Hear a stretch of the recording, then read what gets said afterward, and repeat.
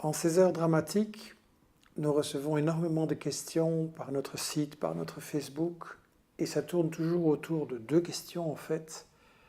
Comment est-ce possible que des choses pareilles se produisent et comment les arrêter, comment empêcher que ça recommence? Un étudiant français d'origine marocaine, Amine, m'écrit « Pas d'excuses ou justification à la barbarie, mais prenons conscience que les monstres ne naissent pas, ils se fabriquent.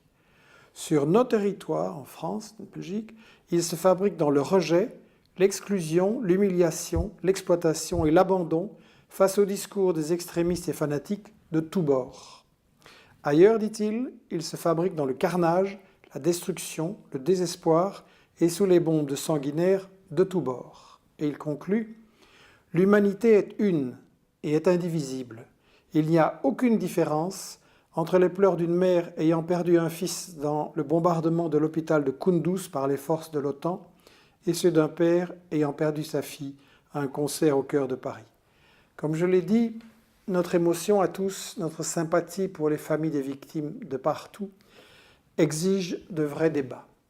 Et je tiens à dire clairement, au-delà des faits, il nous faut les causes, et je tiens à dire, j'accuse M. Fabius, Hollande, Valls, d'être responsables de ce qui est arrivé à Paris, pour la raison bien simple que Fabius a déclaré « Al-Nosra », c'est-à-dire Al-Qaïda en Syrie, fait du bon boulot, reconnaissant l'alliance de fait de la France avec les terroristes en Syrie, et avant on avait eu le cas en Libye et dans d'autres pays.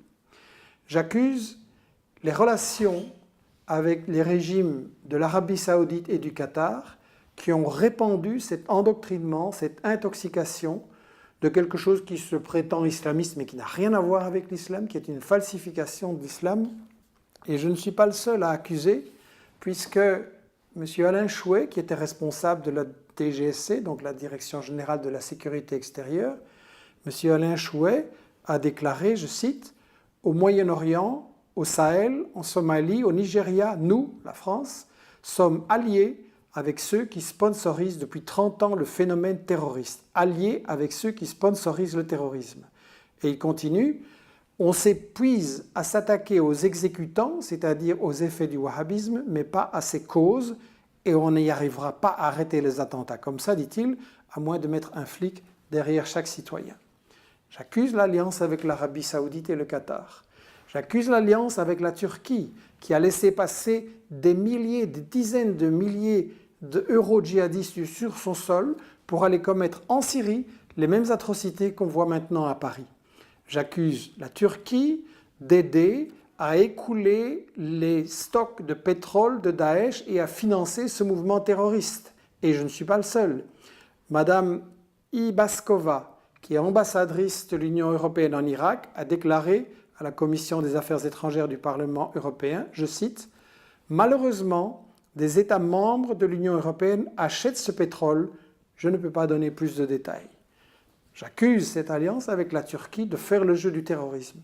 Et d'une façon générale, j'accuse les États-Unis d'avoir utilisé le terrorisme partout où cela les servait, partout où ils n'osaient pas engager eux-mêmes leurs troupes au sol. Ça a commencé avec l'opération Ben Laden en Afghanistan, ça s'est continué en Yougoslavie, Bosnie-Kosovo, dans le Caucase, et puis l'Irak, et puis la Libye, et puis la Syrie, et il y a encore une série d'autres pays.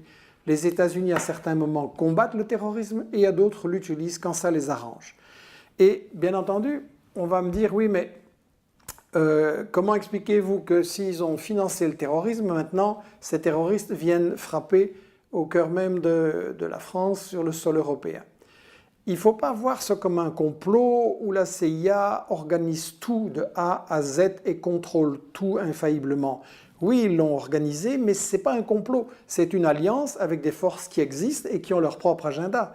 Et de même que Ben Laden a travaillé pour les États-Unis et puis s'est retourné contre les États-Unis, maintenant on a Al-Qaïda en Syrie et Daesh et tous ces mouvements terroristes qui ont travaillé pour les États-Unis, mais ils ont leur agenda à eux et maintenant ils se retournent parce que l'alliance ne tient plus. J'accuse d'une façon générale les États-Unis d'avoir montré l'exemple de la violence, d'avoir mené des guerres tout le temps depuis 25 ou 30 ans et d'avoir montré à tous les peuples que les problèmes, on veut les résoudre par la violence. Je rappelle que la charte de l'ONU prévoit que tous les conflits doivent être négociés. On n'a pas le droit de faire la guerre. C'est strictement interdit par la charte de l'ONU depuis 1945.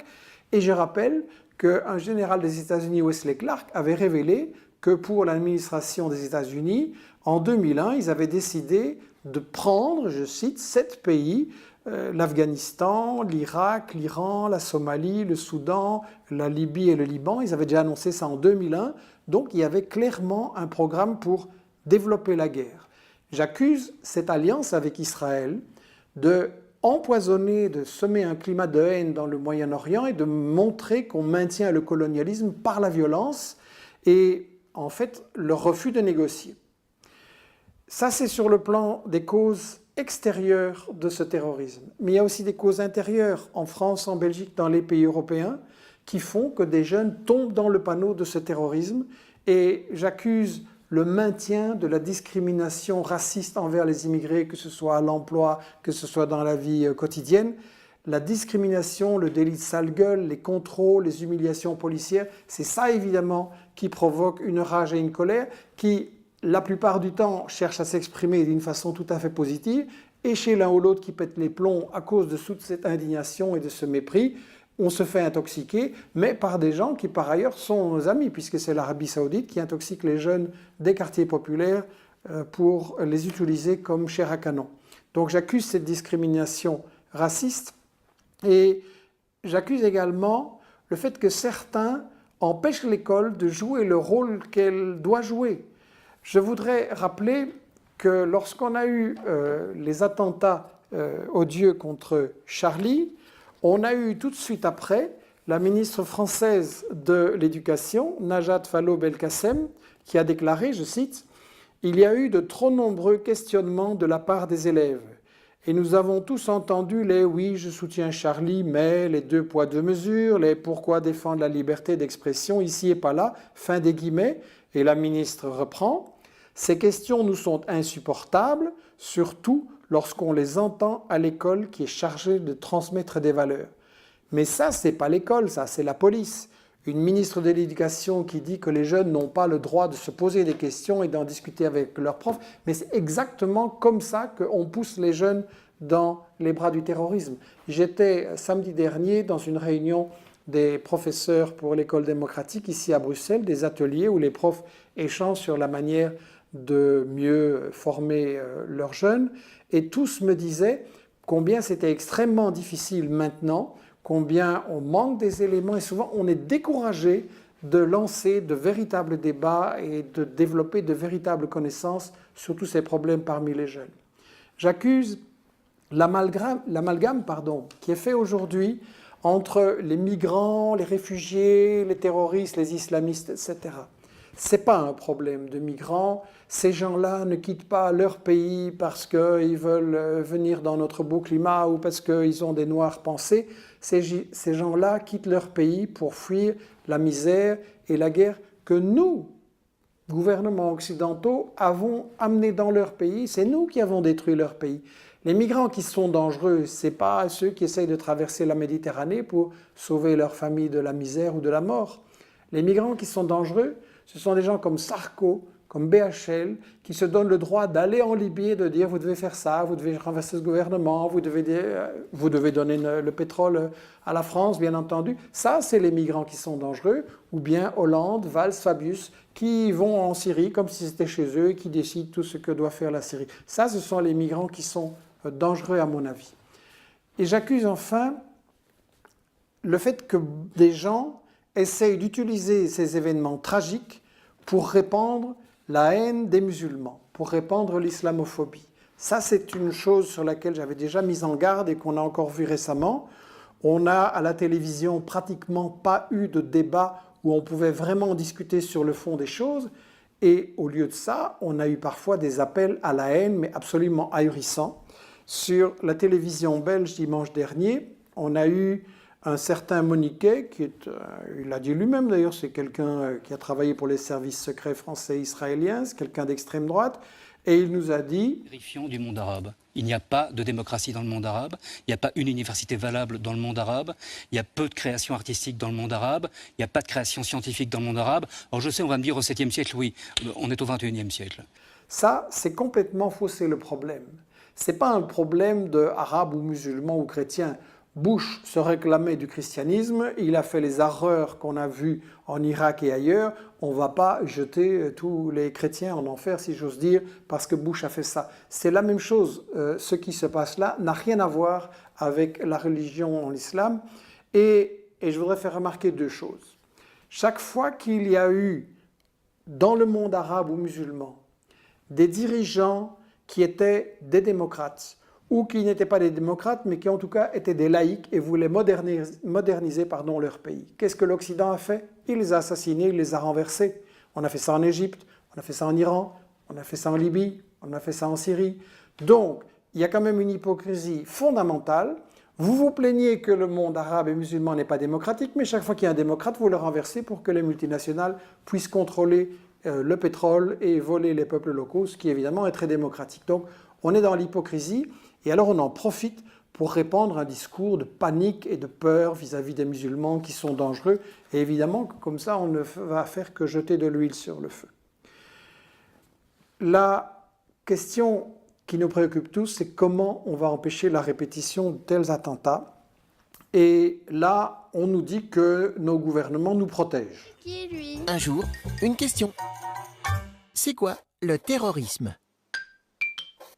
Il est difficile de lutter contre le terrorisme, car ses partisans se cachent et disposent de moyens sophistiqués pour agir. Mais la plupart des pays font tout pour protéger leurs citoyens. La France dispose par exemple du plan Vigipirate. Un ensemble de mesures basées sur la vigilance qui ont déjà permis de déjouer plusieurs attentats. En réalité, nos gouvernements ne nous protègent pas. Je pense que c'est eux qui ont créé le risque de ces attentats à Paris et ailleurs, et je ne suis pas le seul à le dire. Alain Chouet, dont j'ai parlé, donc un ex-dirigeant de la Direction générale de la sécurité extérieure, a dénoncé l'attitude de la France sur la question de la prévention du terrorisme. Je cite : « Les services de sécurité syriens ont épargné à la France à plusieurs reprises de terribles catastrophes que des terroristes d'origine arabe s'apprêtaient à provoquer. Seuls les renseignements fournis par les services syriens nous ont permis de les déjouer et de sauver des vies innocentes. » Et il donne un exemple. « Nous avons obtenu, grâce à la coopération avec la Syrie, de précieux renseignements qui nous ont conduits à déjouer en 2008 un plan terroriste qui aurait fait des milliers de morts dans le métro de Paris. Grâce au colonel Maklouf, on a pu démanteler, intercepter un groupe des plus dangereux terroristes d'Al-Qaïda. » Et alors, il s'étonne de la politique française et il dit « Comment peut-on mettre sur la liste des sanctions françaises et européennes cet officier Maklouf qui a été blessé lors d'une opération contre des terroristes qui attaquaient les ambassades françaises et américaines à Damas. Imaginez que quelqu'un sauve nos enfants d'une mort certaine et au lieu de l'en remercier, notre diplomatie le traite de terroriste et le met comme un criminel sur une liste de sanctions. Et en plus, dit-il, nous les remercions en finançant, nous, des attentats terroristes sur leur territoire. Est-ce une politique raisonnable ? Ça, c'est un avis des responsables officiels de la sécurité en France. Sur base de ça, et je tiens à lancer un appel pour justement qu'on puisse se mobiliser pour empêcher la répétition de tels actes. Je crois que pour empêcher cet engrenage de guerre, de terrorisme, d'attentats, il faut absolument dire stop aux guerres et aux ingérences. Je l'ai dit, la guerre, elle est illégale. Elle n'est pas une façon de résoudre les conflits internationaux.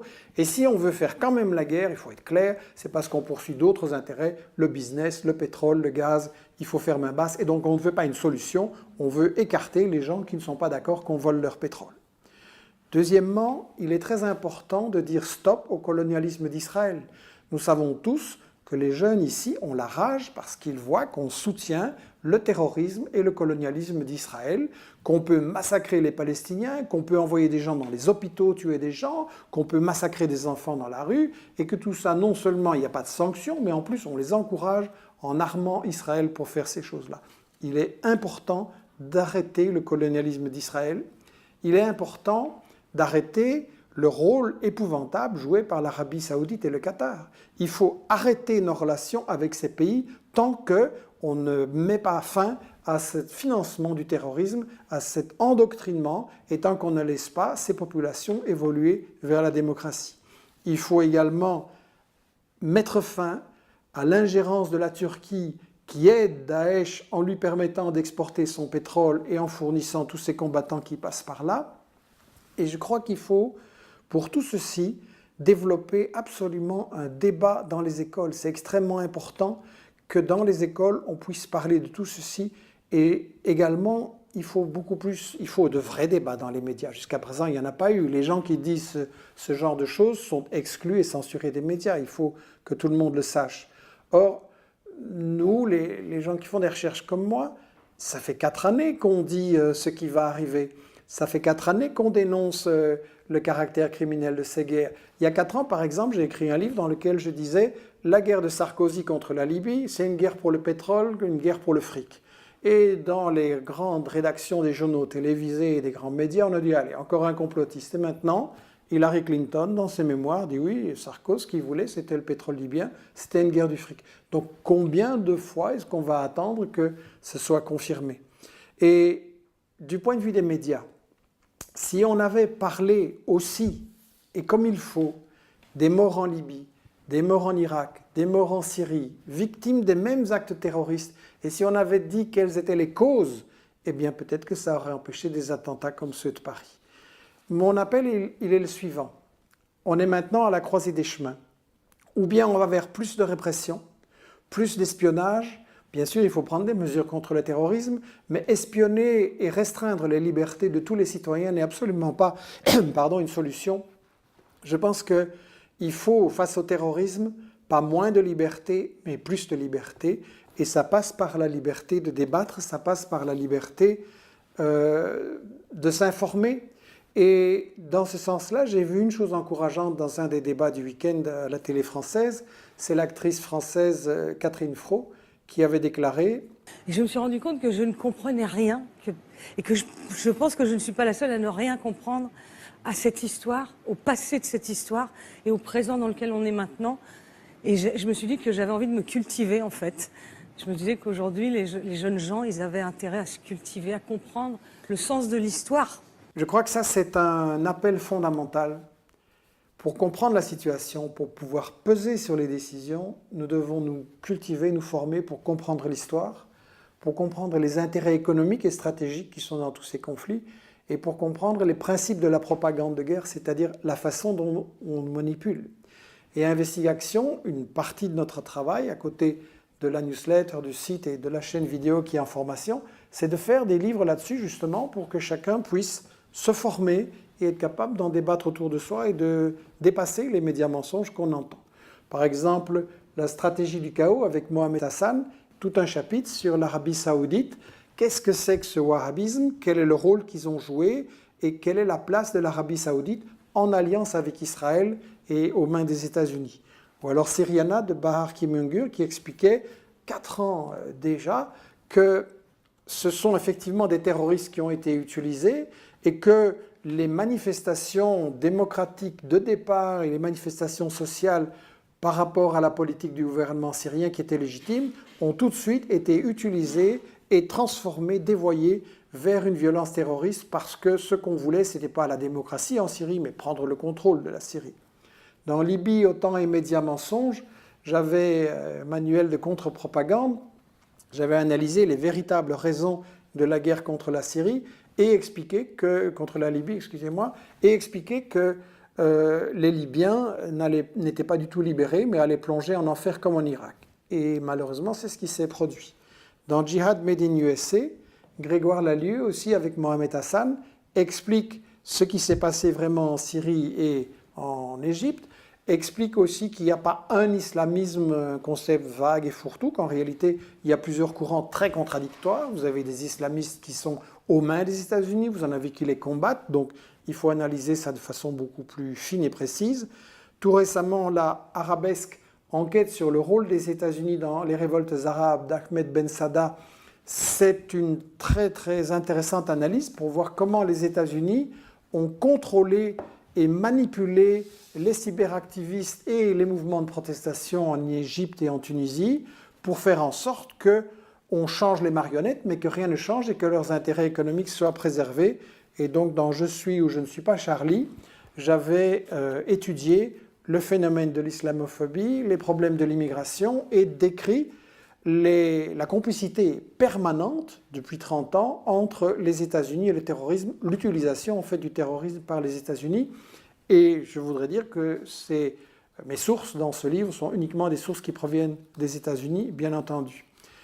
Pour conclure mon appel, nous sommes à la croisée des chemins. Le monde est en train de changer très vite, très brutalement. Ça peut tourner dans le sens de encore plus de danger, encore plus de guerre, et c'est ce que certains voudraient en utilisant les attentats de Paris comme prétexte pour aller envahir la Syrie et recoloniser l'ensemble du Moyen-Orient. Et après, on s'attaquera au Hezbollah, au Hamas, à la résistance palestinienne, à tout le monde en fait qui ne se met pas à genoux. Ça peut aller dans ce sens-là, plus de guerre et donc plus d'attentats et plus de terrorisme, ou ça peut aller dans le sens de, au contraire, on commence à prendre conscience que ça ne peut pas continuer, qu'on doit échapper à cette spirale et à cet engrenage, qu'on doit rétablir la fraternité et le dialogue, quelle que soit la religion, quelles que soient les origines, quelles que soient les cultures, qu'on doit essayer de se comprendre et qu'on doit essayer ensemble de comprendre comment on peut mettre fin à la guerre, mettre fin aux attentats, comment on peut aller vers une période qui sera marquée par la paix, par la justice, par le progrès. Et ça, pour moi, la lutte pour la paix, ça passe par la lutte pour une information correcte. Je vous remercie.